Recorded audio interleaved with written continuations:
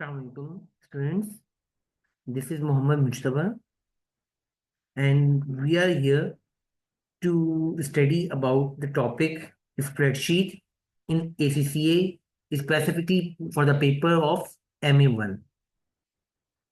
Okay so students, ये जो topic हम आज डिस्कस करने जा रहे हैं स्प्रेडशीट जिसका नाम है ACCA के सिलेबस के अकॉर्डिंगली देखें तो ये आपका सेक्शन ई कहलाता है।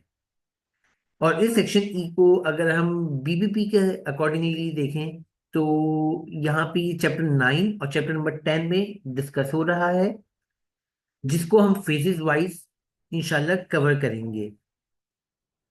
इससे पहले कि हम फर्दर प्रोसीड करें, कुछ बेसिक बातों का जानना हमारे लिए बहुत जरूरी है।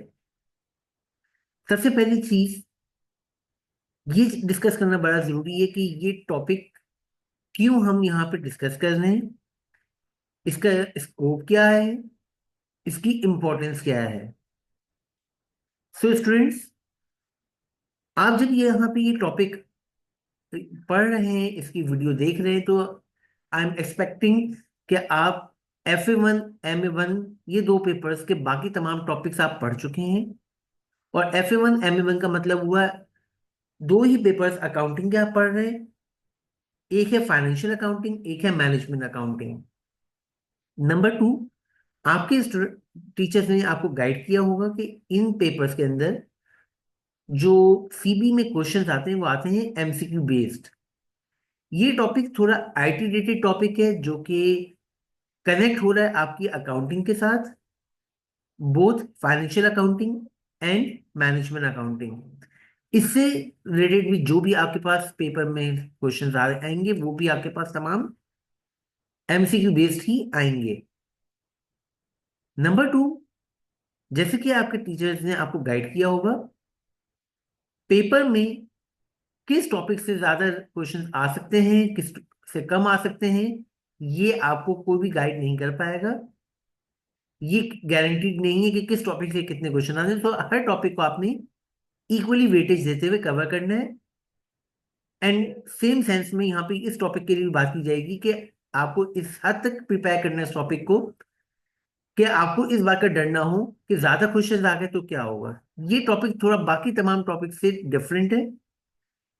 बाकी तमाम टॉपिक्स में आपने थ्योरी और कैलकुलेशंस कवर किया होगा, ये टॉपिक थोड़ा प्रैक्टिकल है। ओके, सो आगे बढ़ते हुए इसकी अब स्कोप पे बात कर लें। ये टॉपिक आपके लिए क्यों इंपॉर्टेंट है। इस टॉपिक के क्वेश्चंस जैसे कि हमने डिस्कस किया कि MA1 में आपके पास आते हैं, एग्जामिन होते हैं और MCQ बेस्ड फॉर्मेट पे डिस्कस किए जाते हैं।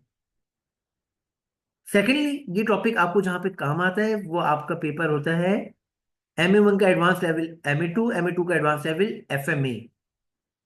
FMA के पेपर में MTQs में ये टॉपिक एग्जामिन किया जाता है। आपको पता होगा, या नहीं पता तो आपके टीचर आपको गाइड कर देंगे। MTQ आपका वो क्वेश्चन होता है जिसमें मल्टीपल टास्क होते हैं, मल्टीपल टास्क क्वेश्चन बेसिकली इसका नाम है। और कम से कम एक MTQ आपका लाजमी इस टॉपिक से कनेक्ट होता है FMA के पेपर में। इसके बाद आपके पास ACCA का पार्ट 2 लेवल जिसका नाम है अप्लाइड स्किल्स मॉड्यूल। वहां पे ये टॉपिक एग्जामिन डायरेक्टली तो नहीं होता, लेकिन आपके पास जो बाकी तमाम टॉपिक्स हैं उनसे कनेक्ट होता है। और एग्जाम सॉफ्टवेयर के अंदर आपको ये स्प्रेडशीट का एरिया प्रोवाइड किया जाता है, जहां पे इसको यूज करते हुए आपने क्वेश्चंस अटेम्प्ट करने होते हैं। And so is the case with professional module जो पेपर्स होते हैं, वहां पे भी ये फॉर्मेट आपको दिया जाता है एग्जाम के अंदर। ओके, सो ये तो हुआ स्कोप। डायरेक्टली अब बात करते हैं इस टॉपिक की स्प्रेडशीट। सबसे पहले समझ लेते हैं कि ये स्प्रेडशीट होती क्या है। ओके, जब बात करने जा रहे हैं स्प्रेडशीट की तो समझना जरूरी है कि ये टर्म क्या है, इसका मतलब क्या है। स्प्रेडशीट को समझने से पहले एक बात समझ लेते हैं कि जब कभी भी, जब कहीं भी हम कोई डेटा एंटर करने जाते हैं तो वो डेटा हम मुख्तलिफ फॉर्मेट्स पे एंटर कर सकते हैं। जैसे कि एक फॉर्मेट होता है पैराग्राफ फॉर्मेट, जिसमें हम मल्टीपल सेंटेंसेस एक साथ लिखते हैं। एक फॉर्मेट होता है जिसको हम कहते हैं बुलेट फॉर्मेट, जिसके अंदर हम चीजों को पॉइंट वाइज लिख रहे होते हैं। एक और फॉर्मेट होता है आपके पास जिसको कहा जाता है टेबुलर फॉर्मेट, जहां पे हम चीजों को कॉलम और रोज के हिसाब से उनमें डेटा एंटर कर रहे होते हैं। तो ये जो टेबुलर फॉर्मेट होता है जिसके अंदर हम ये डेटा एंटर कर रहे होते हैं, this format is called spreadsheet format. Students, आपके लिए शायद ये हैरानी हो कि क्या जरूरी है कि हम यहाँ पे आज MA1 के पेपर के अंदर एक फॉर्मेट को डिस्कस करने जा रहे हैं। ऐसी भी क्या इसकी इंपॉर्टेंस हुई कि हम यहाँ पे इस फॉर्मेट को अब डिस्कस कर रहे हैं, जो कि हमारे पास टेबुलर फॉर्मेट है। स्टूडेंट्स, आप जब फाइनेंशियल अकाउंटिंग और मैनेजमेंट अकाउंटिंग के पेपर्स और उनके टॉपिक्स पढ़ते हुए आ रहे हैं, तो वहां पे आपने एक चीज नोट की होगी कि आपने यही टैबुलर फॉर्मेट आपने यूज किया है हर जगह पे, किसी भी डॉक्यूमेंट को बनाने के लिए, किसी भी स्टेटमेंट को बनाने के लिए। चाहे आपने जर्नल एंट्रीज बनानी हो, चाहे आपको लेजर्स बनाने हो, चाहे आपको जॉब शीट बनानी हो, चाहे आपको इनकम स्टेटमेंट बैलेंस शीट बनाना हो, इन हर जगहों पे आपको इसी फॉर्मेट की जरूरत पड़ती है, जो कहलाता है टैबुलर फॉर्मेट, या फिर हम उसको कहें कि स्प्रेडशीट फॉर्मेट। तो आपको इसकी इंपॉर्टेंस पता चली कि क्यों हम ये फॉर्मेट यहाँ पे अब डिस्कस करने जा रहे हैं। नंबर टू, हम यहाँ पे MA1 में क्यों डिस्कस कर रहे हैं? जब कभी भी इंशाल्लाह आप लोग प्रोफेशनल लाइफ में एंटर होंगे, किसी कंपनी में, किसी ऑफिस में, आप ऑब्जर्व करेंगे कहीं पर भी आपको यही चीजें, चाहे लेजर्स हो या कैश बुक हो, कोई भी चीज आपको आपका एम्प्लॉयर रजिस्टर में बनाने के लिए नहीं कहेगा, नोटबुक पे बनाने के लिए नहीं कहेगा। आपको कंप्यूटराइज्ड वर्क करना पड़ेगा, और यही चीज आज आपको पहले ही दिन या पहले ही पेपर पे MA1 में आपको सिखाई जा रही है। ओके स्टूडेंट्स, तो ये हमने पर्पस तो समझ लिया, और समझ लिया कि ये स्प्रेडशीट होती क्या है। नंबर टू, हम यहाँ पे स्प्रेडशीट को किन किन पर्पसेस के लिए यूज करने जा रहे हैं। So number one, tabular format हमें अलाउ करता है कि जो हमारे पास डेटा अवेलेबल है, हम उसको यूज करते हुए कैलकुलेशन परफॉर्म कर सकें। अगर बात की जाए पैराग्राफ फॉर्मेट या बुलेट फॉर्मेट की, तो पैराग्राफ फॉर्मेट या बुलेट फॉर्मेट को यूज करते हुए हम कैलकुलेशंस परफॉर्म नहीं कर सकते। कैलकुलेशन परफॉर्म करने के लिए जरूरी है हमारे पास टैबुलर फॉर्मेट हो। नंबर टू, जिस चीज के लिए हम ये फॉर्मेट यूज करने जा रहे हैं वो हमारे पास डेटा एनालिसिस है। अगर कुछ हमारे पास डेटा है और हमें हमें मुख्तलिफ किस्म के उस पर एनालिसिस करने, जो कि आगे चलकर हम देखेंगे भी, तो उसके लिए जरूरी है कि हमारे पास डेटा टैबुलर फॉर्मेट में मौजूद हो। नंबर थ्री, जिस चीज के लिए हम यहाँ पे ये फॉर्मेट यूज करने जा रहे हैं वो है चार्ट्स एंड ग्राफ्स।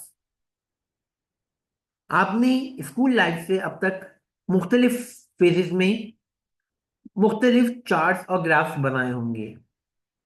यहाँ पे पहले डिस्कस कर लेते हैं चार्ट्स और ग्राफ्स बनाए क्यों जाते हैं। चार्ट्स और ग्राफ्स इसलिए बनाए जाते हैं यहाँ पे या किसी भी जगह पे, ताकि डेटा को समराइज करके अपनी टारगेट ऑडियंस को इजीली बात समझाई जा सके, पर्पस डिलीवर किया जा सके।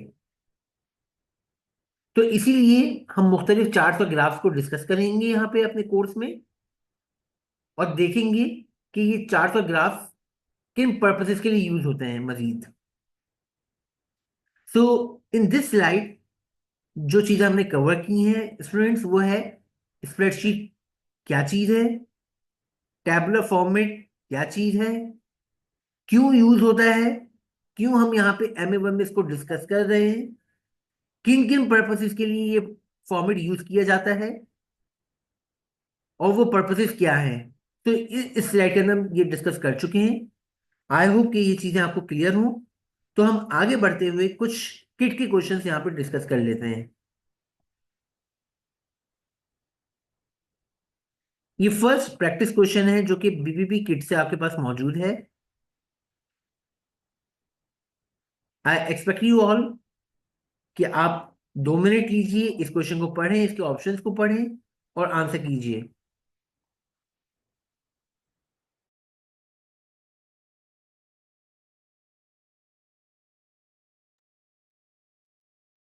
Okay students, this question is about for which of the following task is a spreadsheet unlikely to be used. किस चीज के लिए स्प्रेडशीट यूज नहीं होती है? Option A, cash flow forecasting. Option B, monthly sales analysis by market. Option C, writing a memo. Option D, calculation of depreciation. Option A के बारे में अगर बात करें, कैश फ्लो फोरकास्टिंग, ये वो चीज है जहां पे कैलकुलेशंस इन्वॉल्व होंगी, तो इस काम के लिए हम जरूर यूज करेंगे स्प्रेडशीट को। ऑप्शन बी में कहा गया है monthly sales analysis by market, analysis की बात हो रही है, सेल्स की बात हो रही है, तो अगर सेल्स की एनालिसिस करना है तो इसके लिए भी स्प्रेडशीट यूज होगी। Option C, writing a memo, जैसे कि हमें पता है मेमो एक इनफॉर्मल डॉक्यूमेंट है जहां पे कोई नॉर्मली कैलकुलेशंस परफॉर्म नहीं होती, कोई एनालिसिस नहीं होता, कोई 400 ग्राफ्स नहीं बनाते। So this could be the correct one. Option D, calculation of depreciation, again calculation की बात हो रही है जिसके लिए हमें यूज करना पड़ेगा स्प्रेडशीट को। So in this case, in this question, option C is the right one. One more question.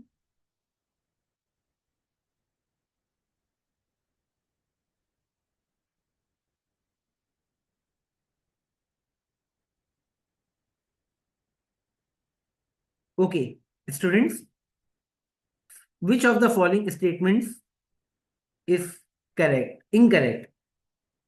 So there are four statements. You need to identify that which statement is incorrect. Option A, spreadsheets make the calculation and manipulation of data easier and quicker.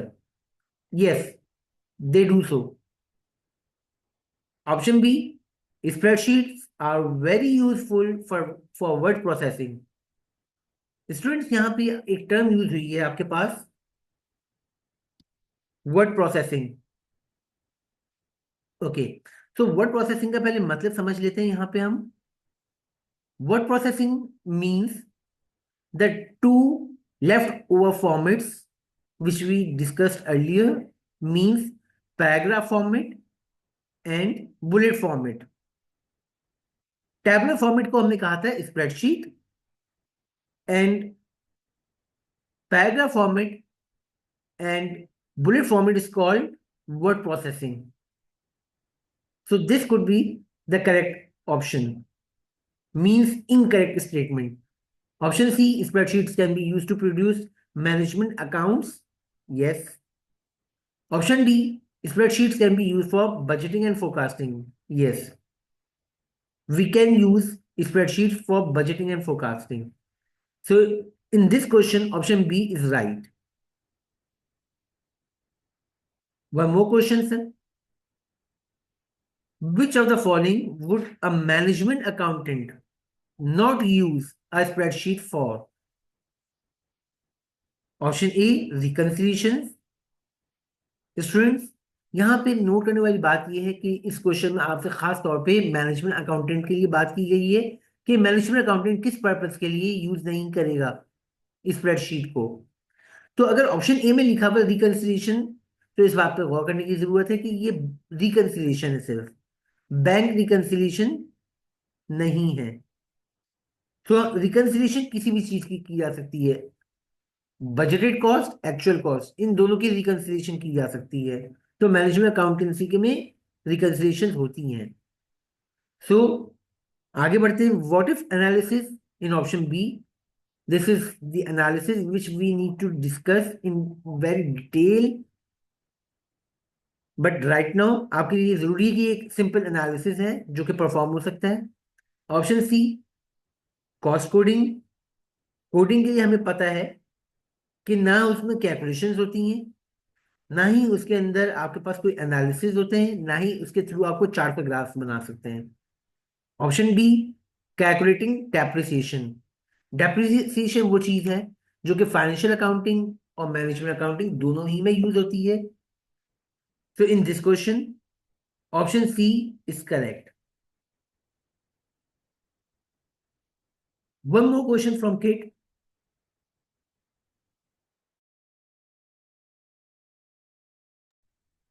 Students, this question is about which of the following are common applications of spreadsheets used by management accountants.